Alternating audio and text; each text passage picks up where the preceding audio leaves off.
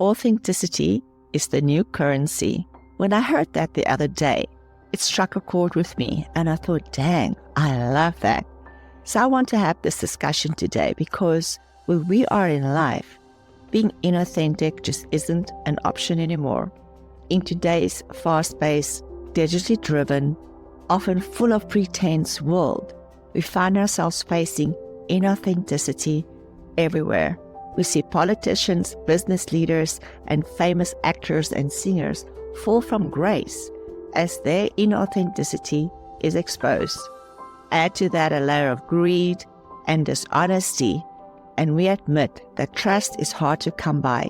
So it's not surprising that authenticity has emerged as a vital and refreshing currency.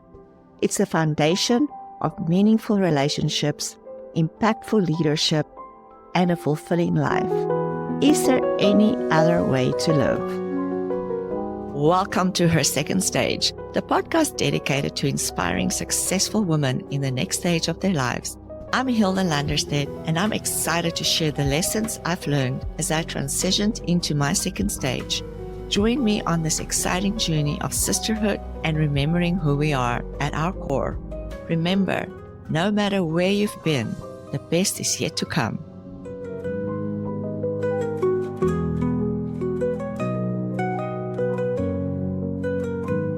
Authenticity is the art of being true to who we are, true to your beliefs, your values, emotions, and aspirations, and expressing yourself in a way that aligns with that core identity. It means embracing your unique qualities, strengths, and even vulnerabilities without the need to conform to societal expectations. Authenticity isn't about perfection. It's about honesty with yourself and alignment with your inner self.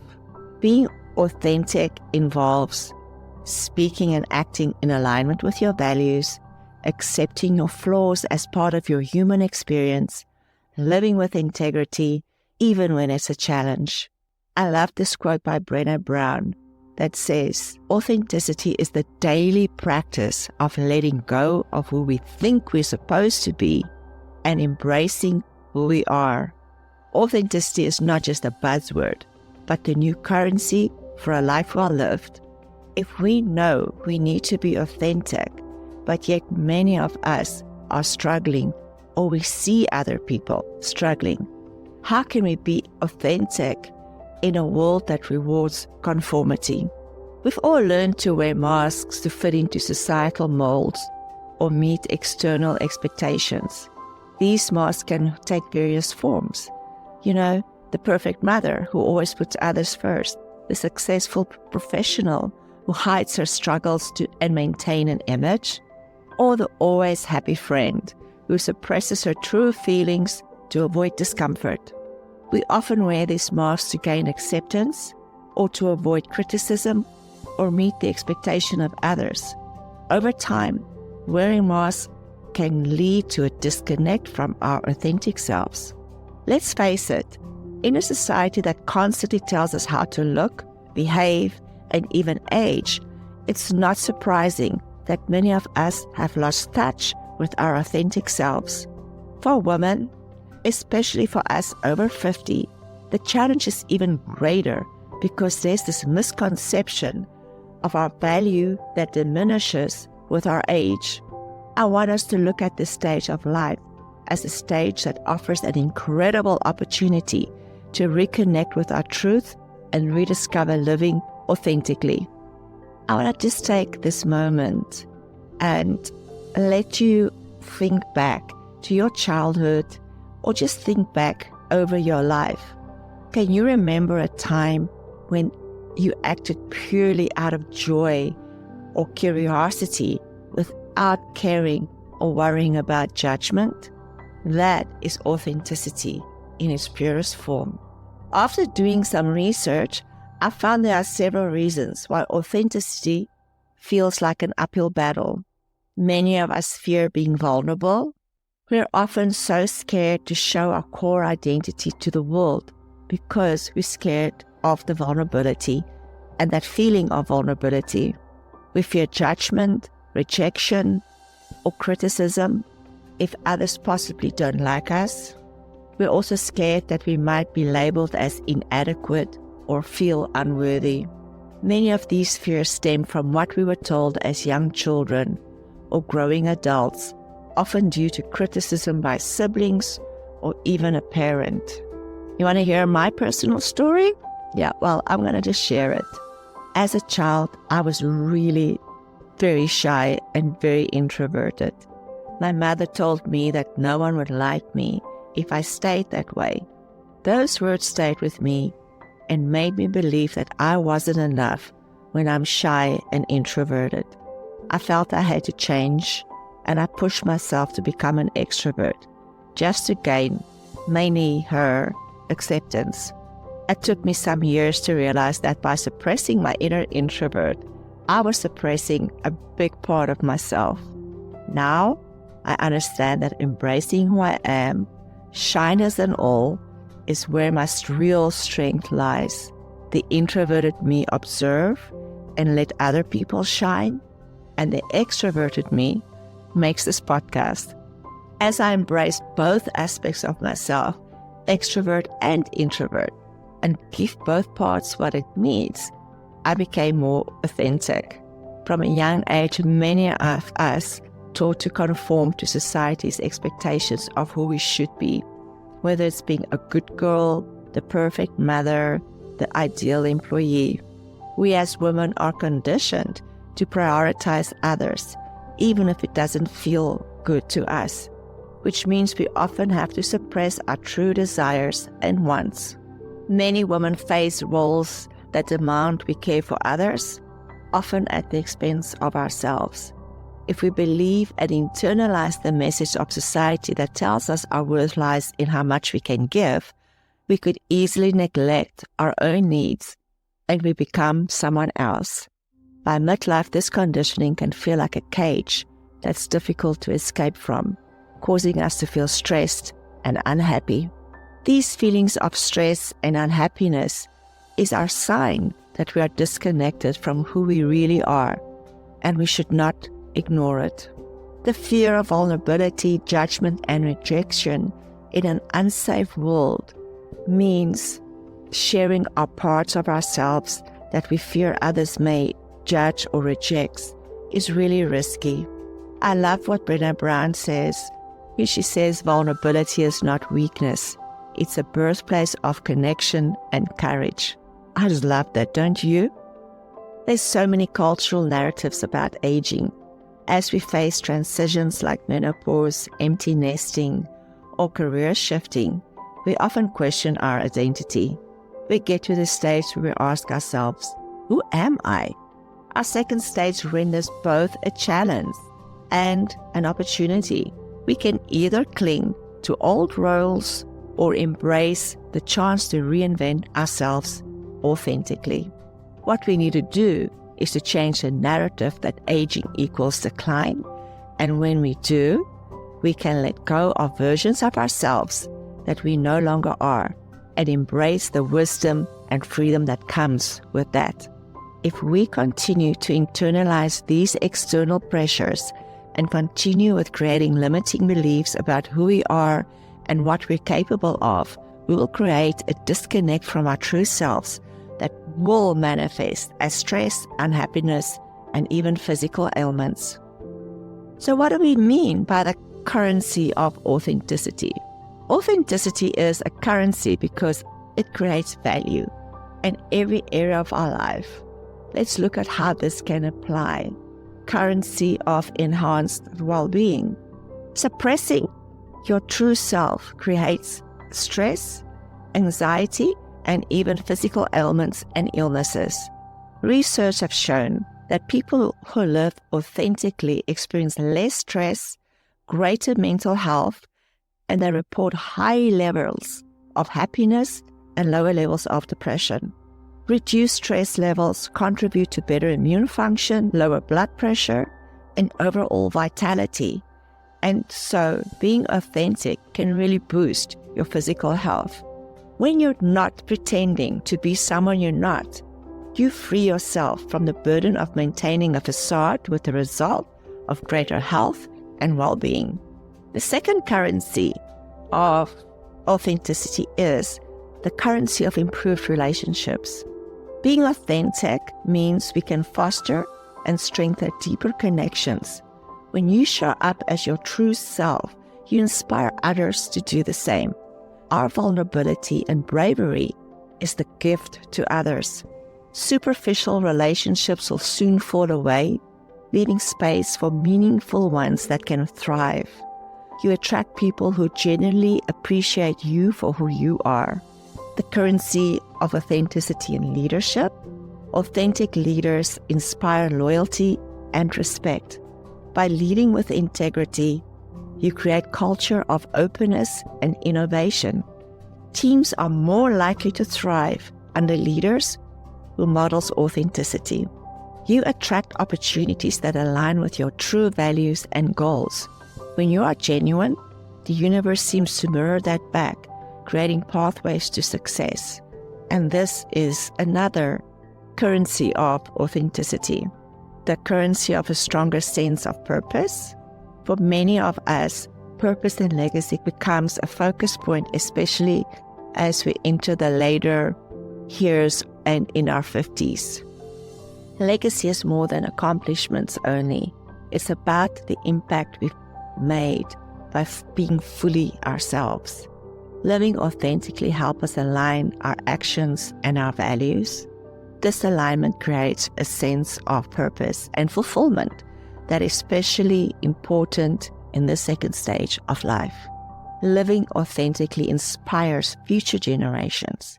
They will remember your courage, not how you conform, and your courage will help others to be courageous and also be true to themselves. You being authentic and true to yourself create a ripple effect of positivity and courage by modeling these values. This is how we build legacy and how we should be remembered. In a culture saturated with filters, curated personas, and unrealistic standards, authenticity is a breath of fresh air. It's rare, and rarity creates value. Here's 3 reasons why authenticity matters. You build trust. Authentic people are transparent and honest, which foster truth in relationships, in both personal and professional settings. People gravitate to those that are genuine. I am sure you've experienced that in your own life, and you gravitating to people that are authentically themselves. Authenticity is a catalyst for connection. When you show your true self, you allow others to do the same. This deepens relationships and creates meaningful bonds. Authenticity gives you the freedom to live without fear for judgment or rejection. By showing up as your true self, you reclaim your power and autonomy. Reconnecting with yourself and practicing vulnerability are 2 aspects to consider to cultivate authenticity. When you take the time to reconnect with yourself, think about your values, dreams, and passions, and maybe write those down in your journal. Ask yourself, what truly brings me joy? And remember, joy and pleasure is always the guiding beam. Ask yourself, what am I tolerating that no longer serves me? And then work on a plan to let go of those things. And when you practice vulnerability, make a conscious decision to share your feelings honestly, trusted friends and loved ones. The more you do, the easier it gets. But remember, vulnerability is not oversharing, and you should still be able to have boundaries around oversharing. Life is about alignment, courage, and continuous commitment to showing up and the truest version of yourself. So now that we've looked at what authenticity is, and the value of being authentic, and the currency of being authentic is, I want to give a couple of minutes looking at what authenticity is not. Because when we understand what authenticity isn't, we can gain insight and create awareness and better recognition for inauthentic aspects, both in ourselves or with people. There's the 10 myths of authenticity. Myth number 1, Some people think authenticity means being perfect and always having to have your shit together. The truth is, authenticity embraces imperfections. It's about being real, not flawless. Struggles, mistakes, and vulnerabilities are part that make you human. Myth number 2 is authenticity is not oversharing, sharing every detail of your life or broadcasting everything. It's about aligning your actions and words with your true self while respecting boundaries and context. Myth number 3, once you discover your authentic self, it's static and unchanged. This is not true. Rather, the truth is, authenticity evolves as you grow, learn, and experience life. Your value and priorities may shift over time, and that's okay. Myth number 4, being authentic means rejecting all norms of societal expectations. Authenticity is not rebellion for rebellion's sake. Authenticity doesn't mean being a contrarian. It means thoughtfully choosing what aligns with us, even if it sometimes fits within societal norms. Myth number 5, being authentic means doing whatever you want, whenever you want, without considering others. No, authenticity is not self-indulgence. Authenticity respects both your truth and the needs and boundaries of others. It's not selfish, it's balanced. Myth number 6, to be authentic, you have to be fearless in expressing yourself. No, the truth is, authenticity is not the absence of fear. Authenticity often requires courage to act in alignment with your values despite the fear. The presence of fear doesn't make you inauthentic, it just makes you human. Myth number 7, once you declare, this is who I am, you've achieved authenticity. No, ma'am. Authenticity is not a one-time declaration. Authenticity is a daily practice of staying true to yourself. It requires ongoing self-awareness and the willingness to realign when you drift. Myth number 8, authenticity is about getting others to recognize you and affirm your uniqueness. The truth is, authenticity is not about validation. True authenticity doesn't depend on external approval. It's about being true to yourself, regardless of others' opinions. Myth number 9, being authentic means you can say and do whatever's on your mind, no matter how it impacts others. The truth is, authenticity includes kindness and emotional intelligence. It's about expressing your truth while being considerate to others' feelings. Authenticity is not harsh honesty. Our last myth, myth number 10, being authentic means only doing what you like or what feels comfortable. The truth is, authenticity sometimes involves discomfort, like setting boundaries, confronting fears, and make tough decisions to honor your values. So authenticity is not just what feels good. These truths should give you a lot of clarity as to how to be and recognize authenticity, and I hope this podcast episode inspired you to recommit to yourself and your own growth and your life. Here are some of the things I would like you to take away with you. Take some time to connect with your inner self. Ask yourself and journal about what brings me joy. What do I fear others might judge me for? When do I feel most alive and true to myself? If you need to make some realignments toward authenticity, take small steps to practice and do so in low-stake situations like expressing a genuine opinion, wear that outfit that feels good to you, or share the truth with someone that you trust. But these are but a few examples.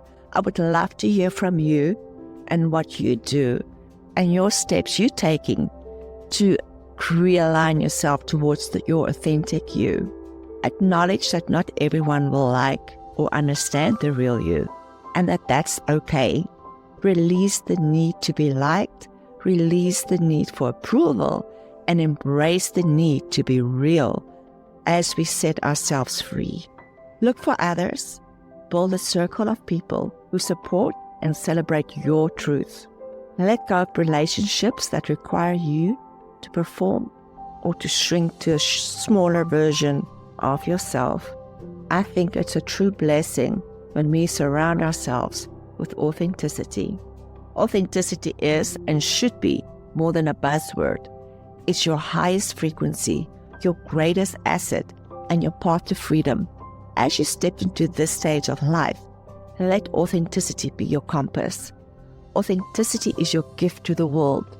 In a time where so much feels uncertain and unreliable, your authenticity can be a guiding light. So embrace your true self. The world is lucky to have you.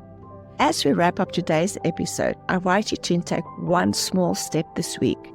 Maybe it's saying no to something that doesn't align with your values. Maybe it's having an honest conversation or spending time rediscovering what lights you up. Remember, authenticity is your currency. It's what makes you rich in love, connections, purpose, health, and even financial. If this episode resonates with you, please share with a friend who could use a reminder to embrace her authentic self. Connect with me on social media or leave a review to let me know how you're living your authenticity and your authentic life. Remember to visit herstakenStage.com, where you'll find supporting documents and tools and information about the Second Stage community. Until next time, stay true to yourself and keep on shining.